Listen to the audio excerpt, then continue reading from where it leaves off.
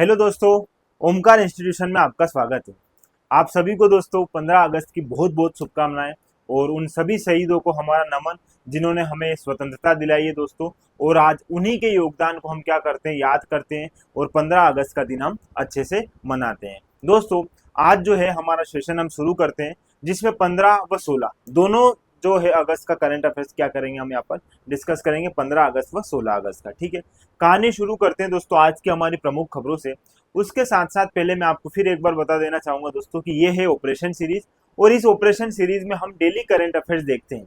इसके साथ साथ दोस्तों जो भी स्टैटिक जीके से संबंधित करंट अफेयर्स है उसको भी साथ में हम अच्छे से यहाँ पर क्या करते हैं दोस्तों, डिस्कस करते हैं। देन अगर हमने कल जो करंट अफेयर्स के क्वेश्चन देखे थे उनको हम क्या करेंगे, आज एमसीक्यू फॉर्मेट में लगाएंगे। कल हम थ्योरी और उनके बारे में एक बेसिक समझ जो है किसी भी करंट अफेयर से संबंधित है उसको बेहतर तरीके से जानते हैं, समझते हैं, उसके बारे में एक समझ बनाते हैं और आज फिर उसका हम क्या कर लेते हैं, साथ में एमसीक्यू लगा लेते हैं। इससे हमारा 2 दिन का करंट अफेयर्स क्या है दोस्तों, एक साथ कंप्लीट हो जाता है। ठीक है, चलो करते हैं कहानी शुरू। और 15 अगस्त आप जानते हैं दोस्तों भारतीय स्वतंत्रता दिवस, यहीं से हमारी शुरुआत होगी और फिर हम बात करेंगे और अन्य किन राष्ट्रों में जो है स्वतंत्रता दिवस मनाया जाता है 15 अगस्त को, इस पर चर्चा करेंगे। इसके साथ साथ दोस्तों भारत में रामसर आर्द्र भूमि स्थलों की संख्या बढ़कर कितनी हो गई है, 85 हो गई है।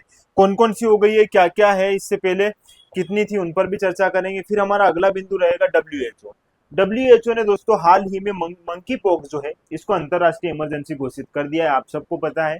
यही जो है एम पॉक्स के नाम से भी जाना जाता है। सारी कहानी इसके बारे में समझेंगे, क्यों हो रहा है, क्या है, कहां पर इसके केसेस देखे जा रहे हैं, इस पर चर्चा करेंगे। फिर बात करते हैं दोस्तों विनेश की जो याचिका हो गई है खारिज। सीएएस जो है, जो खेल पंचायत है, इसने क्या कर दिया दोस्तों, जो हमने अर्जी लगाई थी, विनेश फोगट ने जो अर्जी लगाई थी कि जो सिल्वर मेडल है हमें प्राप्त होना चाहिए या ज्वाइंट सिल्वर मेडल के रूप में भी हमें इसकी उपलब्धि मिलनी चाहिए। लेकिन क्या हुआ, यहाँ पर सीएएस जो है ये एक कोर्ट है, इसके बारे में भी हम अच्छे से समझेंगे, जो क्या करती है अंतरराष्ट्रीय स्तर पर जो एथलेटिक्स रहते हैं इनको न्याय दिलाने का काम करती है। ठीक है, पूरी कहानी अब हम इसको भी समझेंगे। और यहाँ पर आज हाल ही में इनका जो है निर्णय आया और इस निर्णय में इनको जो है इनकी याचिका क्या कर दी, यहाँ पर खारिज कर दी गई है। ठीक है, फिर हम बात करेंगे दोस्तों यहाँ पर नियुक्ति हुई है पी हरीश जी की और इनको जो है संयुक्त राष्ट्र में भारतीय राजदूत नियुक्त किया गया है। अभी हाल ही में जर्मनी के राजदूत थे ये और अब इनको कहां पर दोस्तों, यूएन न्यूयॉर्क में अब क्या करेंगे, ये भारतीय राजदूत के रूप में सेवा करेंगे। 1990 के ये ऑफिसर हैं, आईएफएस ऑफिसर। इनके बारे में भी हम अच्छे से समझेंगे, सारी बातें इनके बारे में देखेंगे। फिर दोस्तों पुदुचेरी, इसको पूर्ण राज्य का प्रस्ताव सदन में पास हो चुका है। पांडिचेरी जो है, जिसका नाम 2006 से पहले पहले पांडिचेरी था, फिर नाम बदला पुदुचेरी हो गया। और इसी पुदुचेरी को भी अब क्या है दोस्तों, एक अलग जो है क्या है, पूर्ण रूप से राज्य बनाने का जो है इसका प्रस्ताव इसके सदन में पास हो चुका है। जैसे मान लो राजधानी दिल्ली है, दिल्ली भी दोस्तों केंद्र शासित प्रदेश है, लेकिन दिल्ली के पास भी कैबिनेट है, ठीक है, मंत्रालय है, उसके सारी चीजें हैं। इसी प्रकार यहाँ पर पुडुचेरी में भी अब क्या हो जाएगा, उसी प्रकार की पूरी व्यवस्था हो जाएगी और इसको एक पूर्ण राज्य के रूप में दर्जा दिया जाएगा। अभी तक ये केंद्र शासित प्रदेश था। फिर बात करते हैं दोस्तों, भारत और इजराइल ने आईआईटी मद्रास में नए जल प्रौद्योगिकी केंद्र का शुभारंभ किया। दोनों ने जल प्रबंधन व्यवस्था को बेहतर बनाने के लिए जो है आईआईटी मद्रास, इसमें जो है नए जल प्रौद्योगिकी केंद्र का क्या किया, शुभारंभ किया। किस किसने दोस्तों, भारत और इजराइल ने। ठीक है, कहानी समझेंगे क्यों किया गया, उद्देश्य क्या है। फिर बात करेंगे मुंबई में दोस्तों सितंबर में ई गवर्नेंस पर 27वें राष्ट्रीय सम्मेलन के लिए तैयारी की जा रही है। कहां पर, मुंबई महाराष्ट्र में। कौन सा दोस्तों, 27 नंबर का ई गवर्नेंस जो है यह सम्मेलन है, इंपोर्टेंट है। ई गवर्नेंस से संबंधित या सूचना एवं संचार प्रौद्योगिकी से संबंधित यदि किसी भी एग्जाम का सिलेबस में ये मेंशन किया हुआ है तो उस पॉइंट ऑफ व्यू से ये वाला बिंदु बहुत इंपॉर्टेंट है। ठीक है, इसको मैं अच्छे से समझाऊंगा क्या है इसकी थीम और क्यों है मनाया जाता है। फिर दोस्तों बात करते हैं यहाँ पर आईसीएमआर और पेनिसिया बायोटेक ने स्वदेशी डेंगू वैक्सीन डेंगीओल के साथ भारत में अपनी पहली वैक्सीन के तीसरे चरण का क्लिनिकल परीक्षण शुरू किया। अभी तक डेंगू का कोई भी क्या नहीं था दोस्तों, वैक्सीन नहीं था, लेकिन हाल ही में आईसीएमआर ने क्या है एक पहल इस पर की है और इसका जो तीसरा चरण जो है उस पर हम अब क्या कर रहे हैं, रिसर्च कर रहे हैं इसके, और क्या क्या किस प्रकार से हम डेंगू को रोक सकते हैं, क्या है ये बीमारी, इसके बारे में भी हम अच्छे से देखेंगे। ठीक है, फिर बात करते हैं दोस्तों भारतीय नौसेना का front line steel frigate INS Tabar. कौन सा दोस्तों, आईएनएस तबर, इसमें जो है कैप्टन एम आर हरीश की कमान में, किसकी कमान में दोस्तों, एम आर हरीश की कमान में 14 अगस्त से लेकर 24 को 14 अगस्त 2024 को 2 दिवसीय यात्रा पर स्वीडन के गोथेनबर्ग में यह पहुंचा है। या मतलब समझो दोस्तों, स्वीडन में जो है हम क्या करेंगे, अब जल सेना जो है हमारी वो क्या कर रही है, एक अभ्यास कर रही है स्वीडन के साथ। इससे क्या होगा, दोनों देशों में आपसी सहयोग की भावना बढ़ेगी, समन्वय की भावना बढ़ेगी और विपरीत स्थितियों में साथ देंगे एक दूसरे का। बात अच्छी है, इस पर भी हम डिस्कस करेंगे। फिर हम बात करते हैं दोस्तों हमारे जो हमने कल जो हम हमारे क्लास में 14 अगस्त में जो हमने करंट अफेयर्स देखे थे, उन सारे करंट अफेयर्स का हम क्या करेंगे, यहाँ पर एक बार एमसीक्यू फॉर्मेट में सारे क्वेश्चंस को एक बार देख लेंगे। ठीक है, तो ये सारे क्वेश्चंस है जो मैंने यहाँ पर आपके लिए अच्छे से बना के रखे हैं, तो ये आपकी हेल्प करेगा। ठीक है, चलो अब कहानी शुरू करते हैं दोस्तों आज की। 15 अगस्त भारतीय स्वतंत्रता दिवस। आप जानते हो दोस्तों, हमारे देश में 15 अगस्त के दिन जो है क्या है, स्वतंत्रता दिवस मनाया जाता है, क्योंकि 15 अगस्त 1947 को हमारा देश आजाद हुआ था। ठीक है, आप सब जानते हो दोस्तों। और इस बार की जो है हमारे स्वतंत्रता दिवस की जो थीम है वो याद रख लीजिएगा, विकसित भारत। विकसित भारत जो है वो हमारे इस जो ये जो 78वां जो हम मना रहे हैं, ये कौन सा क्रम है दोस्तों, एक बार यहाँ पर देख लो, ताकि ये सारी चीजें भी आपको याद रहे और जरूरी भी है। ये है 78 क्रमांक का जो हम मना रहे हैं, मतलब 77 साल कंप्लीट हो गए, अब हम 78 क्रमांक का जो है स्वतंत्रता दिवस मना रहे हैं 1947 से, आप देख लीजिएगा। चलो फिर बात करते हैं दोस्तों इसकी थीम। इस बार की स्वतंत्रता दिवस की थीम थी दोस्तों विकसित भारत। विकसित भारत क्यों, देखो दोस्तों, भारत एक विकासशील देश है। क्या है, विकासशील देश है, और हमारा उद्देश्य क्या है कि हम भी विकसित भारत जो है हमारे देश को क्या बनाए, विकसित अवस्था में ले जाए। विकसित मतलब जहां पर दोस्तों लगभग सभी क्षेत्रों में क्या हो, विकास हो, और इसके साथ साथ जो तृतीय क्षेत्र रहता है, जैसे सर्विस सेक्टर जो रहता है, इसमें लोग ज्यादा अपनी सहभागिता जाहिर करें। क्योंकि दोस्तों क्या होता है, जो प्राथमिक क्षेत्र है, कृषि क्षेत्र, उसमें आज जो है हमारे देश की स्थिति ऐसी है कि प्राथमिक क्षेत्र में आज भी बहुत सारा क्षेत्र लगा हुआ है। द्वितीय क्षेत्र में जिसमें इंडस्ट्रियल उद्योग आते हैं, उसमें भी अच्छे खासे जो है जनमानस लगे हुए। लेकिन तृतीय क्षेत्र जो है उसमें दोस्तों क्या है, उसका दायरा जो है अभी धीरे धीरे जरूर बढ़ा है, लेकिन हम उसको एक ऐसे लेवल पे ले जाना चाहते हैं जिससे हम अपनी स्थिति को विकसित स्थिति के रूप में देख सकें। यही हमारा उद्देश्य है और यही हमारी थीम थी 2024 के जो स्वतंत्रता दिवस जो हम मना रहे हैं उसके। ठीक है, एक और एजेंडा सुना होगा दोस्तों, @2047, विकसित भारत @2047। ये वाली एजेंडा वाली बात भी आप समझिएगा दोस्तों। ये जो है दोस्तों 2047 मतलब आज से 100 साल पहले, मतलब जब भारत 2047वें क्रम पर पहुंचेगा, मतलब जब 2047 ईयर में हम पहुंचेंगे, तो वहां पर दोस्तों हम अपना 100वां क्या मनाएंगे, स्वतंत्रता दिवस। तो हमारा उद्देश्य यही है कि जब हमें 100 वर्ष पूर्ण हो जाए, उस समय तक हमें क्या है, विकसित भारत का जो है कॉन्सेप्ट ये तो कंप्लीट करना ही है। साथ ही साथ दोस्तों यहाँ पर हमारी जो अर्थव्यवस्था है इसको 30 ट्रिलियन डॉलर तक ले जाना है। कितने दोस्तों, 30 ट्रिलियन डॉलर। ठीक है, तो ये आप जानते हो, सारी बातें आपको पता है। ठीक है, अब इस स्वतंत्रता आंदोलन के साथ साथ आपको एक बात और यहाँ पर क्या करनी है दोस्तों, याद रखनी है। वो बात याद क्या रखनी है, समझना दोस्तों, ऐसे कई देश है जो अपने यहाँ पर आज भी, जैसे हम 15 अगस्त को स्वतंत्रता दिवस मनाते हैं, ऐसे विश्व में और भी कुछ देश हैं जो मैं आपको बताना चाहूंगा जिन्होंने भी अपना स्वतंत्रता दिवस क्या माना है, 15 अगस्त माना है। कहानी सुनना दोस्तों। यहाँ पर सबसे पहले बात करते हैं कोरिया की। ये दोस्तों दक्षिण कोरिया और उत्तरी कोरिया, थोड़ा सा मैं आपको यहाँ पर मैप के माध्यम से बताने की कोशिश करूंगा, समझना। देखो ये है दोस्तों, यहाँ पर ये वाला जो एरिया है ये है कोरियाई प्रायद्वीप। क्या था, कोरियाई प्रायद्वीप। ठीक है, और इस कोरियाई प्रायद्वीप पर एक छोटा सा देश जो है वो क्या करता था, अपना शासन संचालित करता था, और उस देश का नाम था जापान। तो जापान ने इस कोरियाई वाला जो रीजन है, ये वाला जो क्षेत्र है, इस पर क्या कर रखा था, अपना उपनिवेश बना रखा था इसको, और अपना कब्जा बना रखा था। लेकिन क्या होता है दोस्तों, 1945 के आसपास जाकर यह जो है कोरियाई प्रायद्वीप, इसको क्या कर दिया जाता है, विभाजित कर दिया जाता है, और इसको 2 नए राष्ट्रों के रूप में निर्मित कर दिया जाता है। याद रखना दोस्तों, 1945 की एक घटना है, और इस 1945 में आप देखना यहाँ पर भी 15 अगस्त।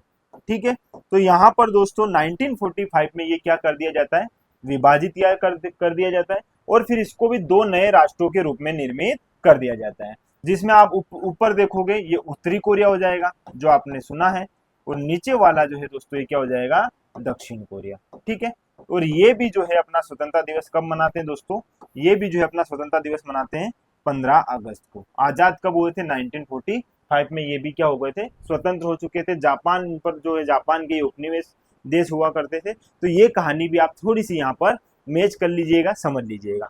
फिर एक और नई कंट्री की बात करते हैं दोस्तों, बहरीन। ठीक है, बहरीन जो है दोस्तों खाड़ी देशों में आने वाला एक छोटा सा शहर था बहरीन, और इसने भी दोस्तों क्या किया, अपनी आजादी के लिए संघर्ष किया। और यहाँ पर ईरान इस पर क्या करता था, अपना शासन संचालित करता था, और कुछ क्षेत्रों पर ब्रिटिश सरकार भी जो है क्या करती थी, अपना शासन करती थी। लेकिन 1971 तक आते आते बहरीन के लोगों ने इनका विरोध किया, और फाइनली फिर इनको भी क्या मिली दोस्तों, स्वतंत्रता मिली। तो 1971 में कौन आजाद हुआ है, बहरीन। और यहाँ पर भी डेट याद रखना, 15 अगस्त। 15 अगस्त ही है जो ये यहाँ पर जो है क्या है, जिसमें इन्होंने क्या किया था, स्वतंत्रता प्राप्त की थी। ठीक है, फिर मैं बात करूंगा दोस्तों एक बहुत प्यारे शहर की, लिंकेस्टीन। लिंकेस्टीन जो है दोस्तों यूरोप का एक छोटा सा शहर है, और बहुत छोटा है, लेकिन बहुत अमीर लोग जो है यहाँ पर क्या करते हैं, निवास करते हैं। ठीक है, और इसने क्या किया था, इसकी जो है दोस्तों 15 अगस्त के दिन इन्होंने स्वतंत्रता शुरू करी थी 1940 में, लेकिन ये मनाते हैं लेट उसको, 15 अगस्त को नहीं मनाते हैं ये। लेकिन इनका जो आंदोलन हुआ था, लोग जो है रोड पर आ गए थे, आंदोलन शुरू किया था, वो 15 अगस्त को ही किया था इन्होंने। तो इस बात को ध्यान में रखकर ये भी याद रखना है कि 1940 में यह देश भी क्या हुआ था दोस्तों, स्वतंत्र हुआ था। तो ये भी आपके लिए इंपॉर्टेंट है। इसके साथ साथ दोस्तों आप यहाँ पर देखना, कांगो गणराज्य, ये अफ्रीका का देश है, जो पश्चिमी अफ्रीका जो तटीय क्षेत्र है उसका एक देश है दोस्तों, कांगो। और कांगो ने भी अपने यहाँ स्वतंत्रता प्राप्त करी थी फ्रांस से लड़कर 1916 में। फ्रांस के विरुद्ध इन्होंने भी आंदोलन किया यहाँ के जनमानस ने, और 1960 तक आते आते ये भी फ्रांस के जो है जंगल से बाहर निकले, और स्वयं को जो है एक स्वतंत्र राष्ट्र के रूप में घोषित किया। तो यहाँ पर आपको ये 4 नाम जरूर याद रखना है दोस्तों, क्योंकि 15 अगस्त जो है हमारा राष्ट्रीय जो है हमारा देश का स्वतंत्रता दिवस है। उस दिन और भी कुछ अन्य देश है जो क्या हुए थे, आजाद हुए थे। तो ये घटनाएं भी विश्व के स्तर पर अगर देखा जाए तो बहुत महत्वपूर्ण है। आपको ये बात भी यहाँ पर क्या करनी है, याद रखनी है। ठीक है, सारी कहानी मैंने आपको बताई है, एक समझ आपको होनी चाहिए इन सब के बारे में, जो यहाँ पर हमने अच्छे से डिस्कस कर लिए। चलो फिर आगे बात करते दोस्तों हमारी अगली बिंदु की ओर। ये है दोस्तों, भारत में रामसर आर्द्रभूमि स्थलों की संख्या बढ़कर कितनी हो गई है, 85 हो गई है। हाल ही में 3 ऐसे स्थल हैं इंडिया के, ऐसे स्थान हैं जिन पर क्या है दोस्तों, जिन पर जो है रामसर आर्द्रभूमि स्थलों की श्रेणी में उन्हें शामिल कर दिया गया है। और दोस्तों 85 इनकी कुल संख्या हो गई है। आपको पहली बात तो ये 85 संख्या याद रखनी है। फिर कहानी समझते हैं रामसर आर्द्रभूमि स्थल की। ये वेटलैंड्स है क्या दोस्तों, ऐसे जलीय क्षेत्र जहां पर दोस्तों क्या है, उनकी जो है स्थिति क्या है, धीरे धीरे धीरे धीरे धीरे धीरे धीरे समाप्त हो रही है। ऐसे में उनको संरक्षण देने के लिए ही जो है इस रामसर आर्द्रभूमि कॉन्सेप्ट को लाया गया था। दोस्तों कहानी शुरू करते हैं 1971 से। आप देखना यहाँ पर 1971 में एक शहर है, क्या है दोस्तों, एक शहर है, उसका नाम है ईरान, और ईरान से इसकी शुरुआत होती है। ठीक है, 1971 में। और ईरान में भी एक शहर है दोस्तों जिसका नाम है रामसर, और यहाँ से इसकी शुरुआत हुई। 1975 में इसे लागू हुआ। ठीक है, और तब से ये कार्यक्रम कंटिन्यू चलता जा रहा है। आपके लिए इंपॉर्टेंट क्या है दोस्तों, 1971 ईरान शहर, 85 जो है भारत के क्या है यहाँ पर स्थल है। अब 3 जो स्थल जुड़े हैं उनको देख लीजिए दोस्तों, वो 3 स्थल है कौन कौन से। देखो पहला है दोस्तों नंजरायण पक्षी अभ्यारण्य। कौन सा है दोस्तों, यहाँ पर ये याद रखना नाम, नंजरायण पक्षी अभ्यारण्य इंपोर्टेंट है। ये है कहाँ पर, ये तिरुपुर में है, तमिलनाडु में। ठीक है, तमिलनाडु में स्थित है ये। और यहाँ पर देखो क्या क्या मिलेंगे दोस्तों, नंजरायण टैंक के तट पर स्थित है ये, और 125 हेक्टेयर में ये फैला हुआ है। इसके साथ साथ बगुले, ठीक है, उसके साथ पलीकन, ये सारे जो है स्तर इस पर आते हैं। ठीक है, ये बात आप यहाँ पर याद रख लीजिएगा। फिर बात करते हैं दोस्तों यहाँ पर कृषि भूमि से घिरे आर्द्रभूमि आवास। कृषि भूमि से आर्द्रभूमि आवास यहाँ पर आपको देखने को मिलेंगे। फिर अगला है दोस्तों काजू वैली पक्षी अभ्यारण्य। पहला क्या था दोस्तों, नजरायण पक्षी अभ्यारण्य, दूसरा क्या है, काजू वैली पक्षी अभ्यारण्य। ये कहाँ है दोस्तों, तमिलनाडु में है ये भी, और ये भी तमिलनाडु में थे। ठीक है, ये बंगाल की खाड़ी के पास खारे पानी की आर्द्र भूमि है और यहाँ 5,000 हेक्टेयर में फैली हुई है। कौन कौन से मिलते हैं यहाँ पर पक्षी? राजहंस, पेलिकन, सारस, जल पक्षी। ठीक है, मीठे पानी और खारे पानी के आवासों का मिश्रण जिसमें मैंग्रोव वन शामिल है। ये यहाँ पर ये सारी चीजें यहाँ पर क्या है दोस्तों, उपलब्ध है। ये बात भी आप यहाँ पर देख लीजिएगा। तवा जलाशय ये कहाँ है? ये होशंगाबाद जिले में है। और होशंगाबाद कहाँ पर है दोस्तों? मध्य प्रदेश में। ये बात आप जानते हो। यहाँ पर नर्मदा नदी बेसिन का हिस्सा है। सतपुड़ा पर्वतीय माला की तलहटी है और 225 वर्ग किलोमीटर में ये फैला हुआ है। सतपुड़ा के जंगलों से घिरी महसीर मछली यहाँ की प्रमुख विशेषता है। ठीक है, महसीर जो है दोस्तों, ये क्या है? ये मध्य प्रदेश की राज की मछली भी है। ये भी यहाँ पर याद रखना, मध्य प्रदेश की राज की मछली कौन सी दोस्तों? महासीर है, जिसे 2011 में राज्य की मछली का दर्जा दिया गया था। ये सारी बात आप जानते हो। और ये जलीय जीवन और वन्य परिवेश से संबंधित क्षेत्र है। आप तवा जलाशय देखोगे तो ठीक है। तो ये 3 स्थल याद रखने हैं। नंदरायण पक्षी अभ्यारण्य तमिलनाडु, काजू वैली पक्षी अभ्यारण्य तमिलनाडु और तवा जलाशय मध्य प्रदेश। इस प्रकार टोटल 85 स्थल जो है यहाँ पर मध्य प्रदेश और भारत के संदर्भ में आप यहाँ पर देख सकते हो। ठीक है, रामसर साइट के अंतर्गत। चलो बात करते हैं दोस्तों WHO की।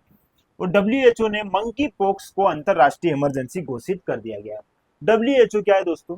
WHO World Health Organization. ये क्या करता है? अंतरराष्ट्रीय स्तर पर स्वास्थ्य संबंधित गतिविधियों को संचालित करता है और स्वास्थ्य के लिए गाइडलाइन जारी करता है। यदि इमरजेंसी आ गई है तो किस प्रकार से हम सुरक्षित रह सकते हैं, हमारे स्वास्थ्य को सुरक्षित रख सकते हैं।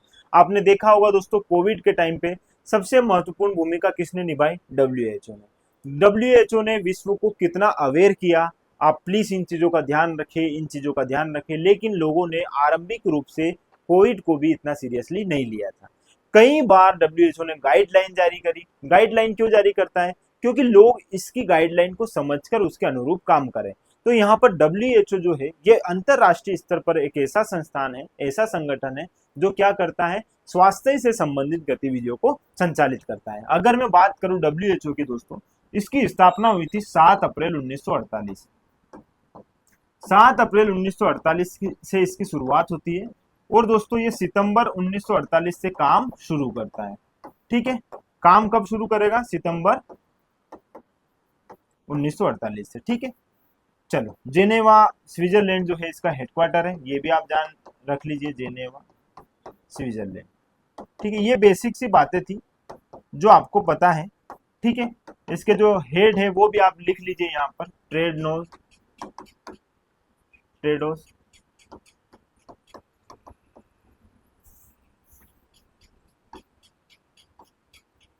अधनोन करके है। ठीक है, ट्रेडोस अधनोन। ठीक है, ये कहानी तो आपको पूरी पता है। बात करते हैं दोस्तों मंकी पॉक्स वायरस की। देखो दोस्तों, मंकी पॉक्स वायरस जो है, इससे पहले जो है अभी जो है हाल ही में इसको एम पॉक्स वायरस के नाम से जाना जा रहा है। यही एम पॉक्स वायरस ही मंकी पॉक्स वायरस है। शुरुआत कैसे होती है दोस्तों? एक बंदर होता है, वो बंदर यदि किसी व्यक्ति को काटता है, लेकिन वो बंदर क्या होना चाहिए? संक्रमित होना चाहिए इस वायरस से। यदि वो इस वायरस से संक्रमित है और यदि किसी व्यक्ति को वो काट रहा है तो वो व्यक्ति भी क्या है, उसी वायरस की चपेट में आ जाएगा। इसके साथ साथ दोस्तों यहाँ पर इसमें एक प्रमुख बात यह है कि इस प्रकार के दाने हो जाएंगे हाथ में। ये जो आप दाने देख रहे हो, इस प्रकार के दाने हो जाएंगे। दाने के साथ साथ सबसे ज्यादा इसमें प्रभावित होते हैं बच्चे। जो छोटे बच्चे रहते हैं वो इसमें प्रभावित होते हैं। और इसके साथ साथ दोस्तों दाने के साथ साथ इसमें तेज बुखार भी आता है और इसके साथ व्यक्ति की मृत्यु भी हो जाती है। तो यहाँ पर ये सारी बातें याद रखना है। ठीक है, वायरस है ये एक प्रकार का। ठीक है, एमपोक्स क्या है दोस्तों? वायरस है। इसकी ध्यान आपको यहाँ पर क्या है, रखनी है। अब बात करते हैं इसको देखा कहाँ गया है, इसकी शुरुआत कहाँ से हुई। शुरुआत हो रही है दोस्तों इसकी, आप देखोगे अफ्रीका का एक शहर है कांगो। अभी थोड़ी देर पहले जिसकी हमने चर्चा करी थी, कांगो में इससे प्रभावित लोग मिले हैं। इसके साथ साथ यूरोप और इन कंट्रीज में भी अब धीरे धीरे इसके केसेस मिलने लग गए हैं। तो ऐसी स्थिति में अंतरराष्ट्रीय स्तर पर इसको इमरजेंसी घोषित कर दिया गया है WHO द्वारा। तो आप सभी को भी इस बात का ध्यान रखना है, सतर्कता के साथ रहना है। जो भी जानवर हैं उनसे थोड़ी दूरी बना के रखना है। यदि इस प्रकार की कोई गंभीर बीमारी अगर अंतरराष्ट्रीय स्तर पर WHO ने घोषित की है तो हमें उसको बहुत अच्छे से सीरियसली लेना चाहिए। ठीक है, चलो ये कहानी हमने अच्छे से इसकी देखी है। फिर हम बात करते दोस्तों आगे यहाँ पर विनेश की याचिका खारिज किसने करी? सीएएस ने। दोस्तों हाल ही में आपने पेरिस ओलंपिक देखा, पेरिस ओलंपिक में जो विनेश फोगट है इन्होंने 50 किलोग्राम वेट कैटेगरी में क्या किया? अपना मैच खेला, जिसमें इन्होंने क्यूबा के खिलाड़ी को पराजित करके सिल्वर मेडल प्राप्त किया। ठीक है, जब वे फाइनल खेलने जा रही थी तो यहाँ पर 50 किलोग्राम के अतिरिक्त इनमें जो है 100 ग्राम वेट अतिरिक्त था, इस वजह से इनको डिस्क्वालीफाई कर दिया। ठीक है, कहानी आपको पूरी पता है, लेकिन अब होता क्या है यहाँ पर, विनेश फोगट जो है इस बात की याचिका कहाँ लेकर जाती है? सीएएस पर। सीएएस के बारे में पूरी जानकारी समझाऊंगा, पहले थोड़ी सी और कहानी समझ लो। क्या होता है दोस्तों, जब आप एक वेट कैटेगरी निश्चित करते हो, यदि उससे आपका 10, 15, 20, 50 ग्राम भी यदि अतिरिक्त है तो यहाँ पर आपको उस मैच के लिए क्या कर दिया जाता है? डिस्क्वालीफाई कर दिया जाता है। और यही पेरिस ओलंपिक में विनेश फोगट के साथ भी हुआ। ठीक है, उन्होंने क्यूबा के खिलाड़ी को पराजित किया, लेकिन फिर एक रात के अंतर्गत ही उनका वजन बढ़ा और वजन को कम करने के लिए उन्होंने बहुत प्रयास भी किए, बहुत अथाह प्रयास किए, लेकिन वो क्या हुई? उसमें 100 ग्राम कम करने में असफल हो गए। अब ऐसी स्थिति में जब मैच क्वालिफाई के लिए फिर से जो फाइनल मैच राउंड होने वाला था उसमें 100 ग्राम अतिरिक्त बता दिया और उनको बाहर कर दिया। लेकिन दोस्तों कहानी ये है कि फिर इतने में हम लोग बैठने वाले नहीं थे, हमारे लिए सिल्वर का महत्व बहुत ही था। और इसके साथ साथ इस देश की बहादुर बेटी ने जो काम किया है, जो अभी तक रेसलिंग के इतिहास में किसी ने नहीं किया था महिलाओं के संदर्भ में, जो इन्होंने कर दिखाया, ये फाइनल में पहुंची, लेकिन एक अलग ही रीजन की वजह से इनको बाहर किया गया। वो बात तो समझ में आती है, लेकिन ये जो कोर्ट है दोस्तों सीएएस, इसके बारे में अब आपसे प्रश्न बनेंगे एग्जाम में। क्यों बनेंगे? बहुत चर्चा में रहा, इसीलिए मैंने आपके लिए यहाँ सारी बिंदु इसके जो है वो रख दिए। एग्जाम में इस हिसाब से ही प्रश्न आएंगे, इन चारों क्षेत्र से प्रश्न बन सकते हैं। बाकी ओरली इसकी जो कहानी है वो मैं आपको सुनाऊंगा। देखो ये दोस्तों full form, court of arbitration for sport. ये क्या करता है? पंचाट, खेल पंचाट है। और ये अंतरराष्ट्रीय स्तर पर जो एथलेटिक्स रहते हैं, जो खिलाड़ी रहते हैं, उन खिलाड़ियों को न्याय दिलाने का काम करता है, ताकि त्वरित रूप से उनको न्याय मिले और वो आगे उस क्षेत्र में अच्छे से अपना एफर्ट्स डालें। ठीक है, तो यहाँ पर हमारी जो विनेश फोगट है, इनको सिल्वर मेडल मिला, लेकिन बाद में फिर इनको सिल्वर से भी निष्कासित कर दिया। लेकिन दोस्तों फिर हमने इतनी डिमांड करी कि हमें जो है सिल्वर जो है जॉइंट के रूप में भी मिल जाए, जॉइंट सिल्वर मेडल के रूप में भी दिया जाए, क्योंकि हम फाइनल नहीं खेल पाए, लेकिन हम फाइनल तक पहुंचे हैं, हमने सिल्वर मेडल जीता है।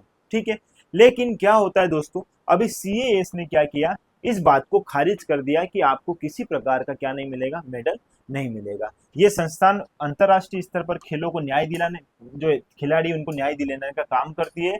1984 में इसकी स्थापना हुई, लुसान ने स्विट्जरलैंड में इसका क्या है दोस्तों? हेडक्वार्टर है। ये इंपॉर्टेंट है, हेडक्वार्टर कहां पर है? 1984 में स्थापना। और प्रमुख कौन है दोस्तों इसके? John cards. जॉन कार्ड्स इसके वर्तमान प्रमुख है। ये जानकारी आपको यहाँ पर याद रखनी है। ठीक है, फिर बात करते हैं दोस्तों, नियुक्ति हुई है। अब नियुक्ति किनकी हुई है ये भी आप देख लीजिए। देखो बात करते दोस्तों, पी हरीश को संयुक्त राष्ट्र में भारतीय राजदूत नियुक्त किया गया है। पहले बात करते पी हरीश जी की। दोस्तों 1990 के ये आईएफएस अधिकारी है, और फिर जो है उसके बाद इन्होंने जर्मनी में भी जो है राजदूत के रूप में सेवा दी। हाल ही में ये अभी कहाँ है दोस्तों? तो ये जर्मनी में है। कहाँ पर? जर्मनी में जो है ये वहां पर राजदूत के रूप में है वर्तमान में।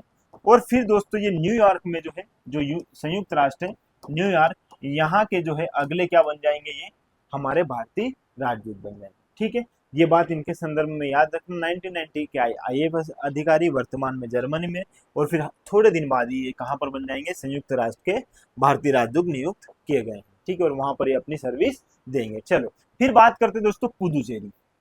पूर्ण राज्य का प्रस्ताव सदन में पास। पहले इनकी कहानी समझते। पूर्ण सदन, देखो दोस्तों आप पुदुचेरी के इतिहास को जानो।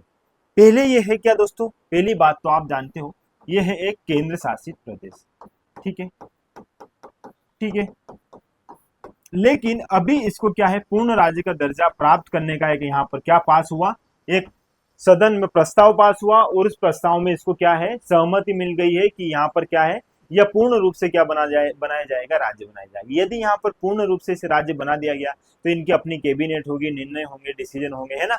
सारी बातें आप जानते हो, इस संदर्भ में तो कोई बताने की आवश्यकता नहीं है। लेकिन बात करते हैं दोस्तों यहाँ पर पुदुचेरी। जो आप पुदुचेरी देख रहे हो दोस्तों, ये पुदुचेरी 2006 तक, मतलब सितंबर 2006 तक पौंडीचेरी के नाम से जाना जाता था। किस नाम से? पौंडीचेरी के नाम से जाना जाता है। फ्रांसीसियो ने इस पर क्या रहा है? फ्रांसीसियो का आधिपत्य इस पे रहा है। ये आप जानते हो कि फ्रांसीसियो ने इस पर क्या बनाया है? अपना आधिपत्य जमाए रखा है। लेकिन दोस्तों 1963 में जब फ्रांसीसियो से इसे मुक्ति मिलती है, देन उसके बाद जो है हम क्या करते हैं, इसको केंद्र शासित प्रदेश के रूप में गठित करते हैं और फिर जो है इसको हमारे राज्य केंद्र शासित प्रदेश में शामिल कर लेते हैं। उसके बाद से इसकी कहानी शुरू होती है दोस्तों। अब फिर से इसे पूर्ण राज्य के रूप में दर्जा दिया जाने का प्रस्ताव पारित हो चुका है। कहानी समझना दोस्तों, 1674 में एक व्यक्ति था मार्टिन, क्या नाम? फ्रैंको इन मार्टिन। और इसी फ्रैंको इन मार्टिन ने जो है इसकी क्या करी थी? स्थापना करी थी। ठीक है। और यहाँ पर सभी ने, पुर्तगाली, फ्रांसीसी, स्पेनिश, सभी ने, अंग्रेज, सभी ने अपना अपना जो है आधिपत्य स्थापित करने के प्रयास किए और ये यहाँ पर इसकी कहानी रही है। और इसके साथ साथ भारत के संदर्भ में अगर देखोगे तो आपने नाम सुना होगा श्री अरविंद घोष, जो हमारे विशेष दार्शनिक रहे हैं दोस्तों। उनका संबंध भी इस क्षेत्र से रहा है। किस क्षेत्र से? और एक और नाम यहाँ पर इंपॉर्टेंट नाम रखना दोस्तों, अगस्त्य ऋषि। अगस्त्य ऋषि जो थे, ऋषि अगस्त, उनका क्षेत्र भी क्या रहा है? पांडुचेरी रहा है या पुदुचेरी रहा है। दोनों बिंदु आपको याद रखने, सारे इंपोर्टेंट है दोस्तों। ठीक है, चलो ये है यहाँ पर शहर, ये हमारा पांडुचेरी। अब बात करते हैं दोस्तों, यहाँ पर भारत और इजराइल ने आईआईटी मद्रास में नए जल प्रौद्योगिकी केंद्र का शुभारंभ किया है। किसने दोस्तों? यहाँ पर भारत और इजराइल ने। क्यों दोस्तों? जल प्रबंधन बेहतर तरीके से जो है विकसित किया जा सके, इसी बात को ध्यान में रखकर किस किसने? भारत और इजराइल ने, इन दोनों ने क्या किया है? आईआईटी मद्रास में नए जल प्रौद्योगिकी केंद्र का शुभारंभ किया है, ताकि वहां पर जल व्यवस्था जो है व्यवस्थित तरीके से निर्मित किया जा सके। और इसी बात को ध्यान में रखकर यह समझौता हुआ है और इसका शुभारंभ किया गया है। ठीक है। फिर बात करते हैं दोस्तों, मुंबई सितंबर में ई गवर्नेंस पर 27वें राष्ट्रीय सम्मेलन के लिए हो गया है तैयार। सितंबर में मतलब 3 से 4 सितंबर जो है दोस्तों, उस समय जो है क्या किया जाएगा? ई गवर्नेंस पर 27वां राष्ट्रीय सम्मेलन जो है तैयार किया जाएगा। और ये कहां पर किया जा रहा है? मुंबई में किया जा रहा है। मुंबई में बोले तो दोस्तों महाराष्ट्र सरकार जो है, महाराष्ट्र सरकार ने अभी हाल ही में सूचना एवं प्रौद्योगिकी संचार विभाग जो है उसके साथ समझौता करके जो है यह सम्मेलन जो है तैयार करने की बात कही है। और इसकी थीम याद रखना दोस्तों, थीम क्या है दोस्तों? विकसित Bharat, secure and sustainable E service delivery. ठीक है, ये इसकी थीम है। क्या है दोस्तों? यहाँ पर विकसित Bharat, secure and sustainable E service delivery. Important है, नाम इसलिए याद रखना क्योंकि यहाँ पर थीम सीधी सीधी पूछ सकता है। ये कहानी आपको यहाँ पर याद रखनी है दोस्तों। ठीक है। फिर बात करते हैं दोस्तों आईसीएमआर, अंतरराष्ट्रीय आयुर्विज्ञान परिषद जो है दोस्तों, इसने क्या किया है? पेनिसिया बायोटेक ने, और इसके साथ किसने?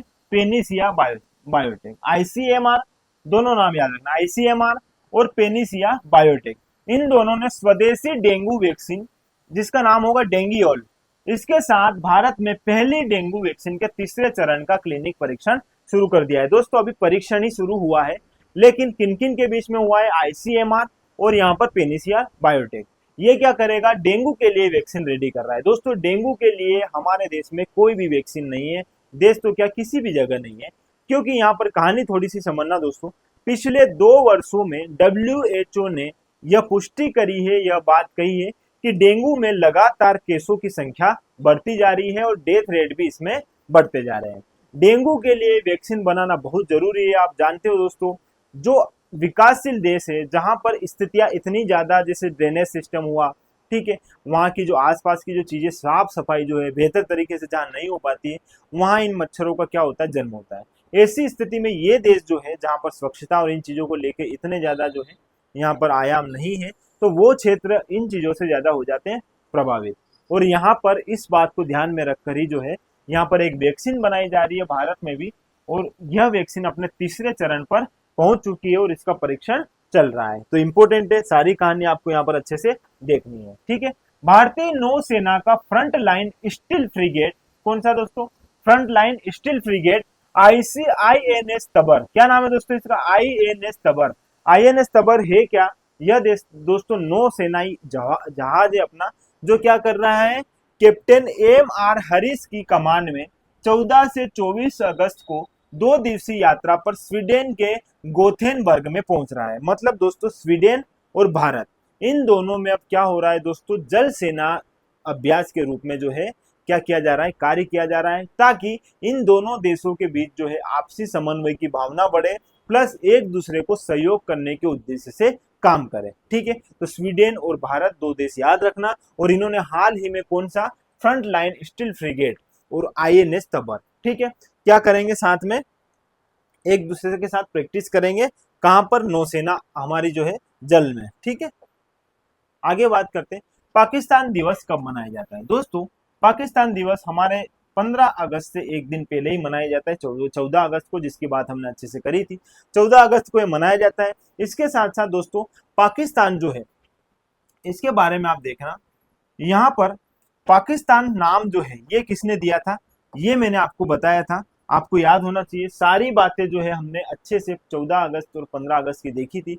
पाकिस्तान की पूरी कहानी हमने उस दिन अच्छे से देखा था कि कब इसकी शुरुआत हुई, कौन व्यक्ति था, किसने लीडरशिप करी थी, क्या है, किसने इसका नामकरण किया था, सारी बातें आपको पता है। ठीक है, आज मैं फिर से आपको थोड़ा सा रिवीजन करा देता हूँ। देखो पाकिस्तान का नाम दोस्तों क्या है, नाम है चौधरी रहमत सिंह, इसने दिया था इसका नाम, चौधरी रहमत अली। ठीक है, ये नाम आप याद रखना, ये नाम दिया था। ठीक है, 1905 में बंगाल का विभाजन होता है, 1906 में अखिल भारतीय मुस्लिम लीग की स्थापना होती है। सारी कहानी 1 बाय 1 हमने पढ़ी थी, अच्छे से आपको याद होगा। यहाँ पर जल्दी जल्दी इनके क्वेश्चंस लगा लेते हैं। ठीक है, भारतीय रेलवे एवं NCRTC ने किस पहल की शुरुआत की है, एक भारत एक टिकट। पूरी कहानी अच्छे से देखी हमने, अगर आपने वीडियो नहीं देखा है तो कल का वीडियो जरूर देख लीजिएगा। भारतीय विदेश व्यापार संस्थान ने NIRF रैंकिंग में कौन सा स्थान प्राप्त किया है दोस्तों, तो यहाँ पर ये जो है 15 क्रमांक का जो है इन्होंने स्थान प्राप्त किया है। थोड़ा सा समझना, INRF है क्या, ये जो नेशनल इंस्टीट्यूशन रहते हैं दोस्तों, इनके लिए रैंकिंग निर्धारित करता है। एक फ्रेमवर्क है ये रैंकिंग फ्रेमवर्क, जो क्या करता है, IIT हुए है ना, और जितने भी ये टेक्नोलॉजी संबंधित संस्थान हुए, इनके लिए रैंक जारी करता है। और इसी क्रम में दोस्तों इन्होंने क्या है, यहाँ पर कौन सा जो है रैंकिंग, विदेशी व्यापार संस्थान को क्या दिया, यहाँ पर इन्होंने 15 रैंकिंग। IIT मद्रास जो है दोस्तों पहले नंबर पर है। सारी कहानी मैंने आपको यहाँ पर बताई थी। किस राज्य की सरकार ने रत्नागिरी के मध्य पाषाण काल के भू आकृतिक और शैल चित्र को संरक्षित स्मारक घोषित किया गया है, महाराष्ट्र ने। ये कहानी भी हमने अच्छे से देखी थी। फिर बात करते हैं दोस्तों, लंबी दूरी की ग्लाइड बम गौरव का पहला सफल उड़ान परीक्षण किया, किसके द्वारा किया गया दोस्तों, DRDO ने जो है गौरव जो है इसका किया है, शुभारंभ किया है।